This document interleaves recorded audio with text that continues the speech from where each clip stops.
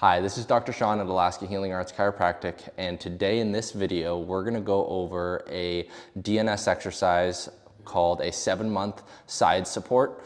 This is a great exercise to start to increase some stability of the hip intrinsic muscles, the shoulder stabilizers, and also the core musculature, similar to what you'd get in, say, a side plank. So let's go ahead and get started. First, we're going to start in the setup. You're gonna come onto your side. You're gonna get your legs so that they're about 45 degrees out from you. This top leg is gonna come out right about the bottom of your shin and kind of point away from you as your foot naturally falls.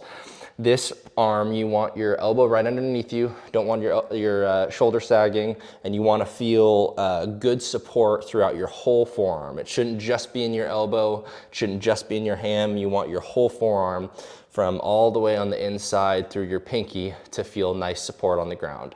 You don't want your rib cage sagged, you want it nice and stable so that your diaphragm and your pelvic floor is stacked on top of each other to create optimal core stability. We're gonna start that breathing and bracing, or creating that a little bit of intra-abdominal pressure and holding that. Next, there's 3 keys to this exercise: feeling a stretch, increasing the stretch, and then using the stretch to lift your hips up off the ground.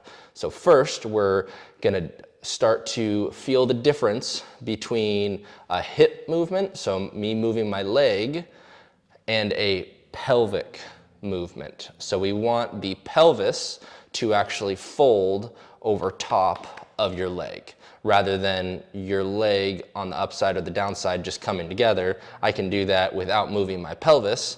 Instead, we want to fold your pelvis and rotate forward into this supporting forearm and feel a stretch on the bottom hip. Once you feel a little bit of a stretch, you're gonna put pressure down into the ground through this knee and the top of this shin to increase that stretch feeling.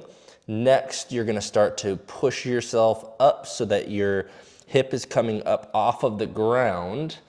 There's space there about 1 to 2 inches, but done so because you're pushing hard into the ground through that knee, and then hold that position. From this position, you can do other things like rows with this opposite arm. You can tap your hip down, come back up. You can even reach and bring up, reach and bring up. It's a good foundational position to move off of.